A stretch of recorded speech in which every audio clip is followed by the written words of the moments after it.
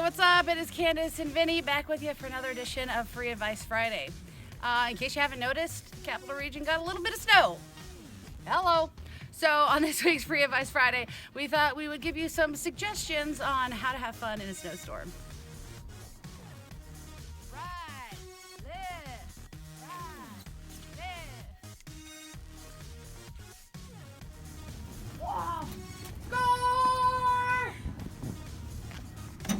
Yeah! Oh, that one. Oh, no. Is this working? Is this a snow angel? There's no arms.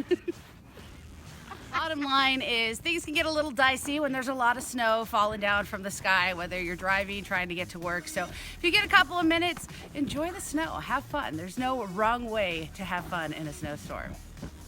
Unless maybe you're this guy. It's been another edition of Free Advice Friday. Don't forget to tune in next week for more.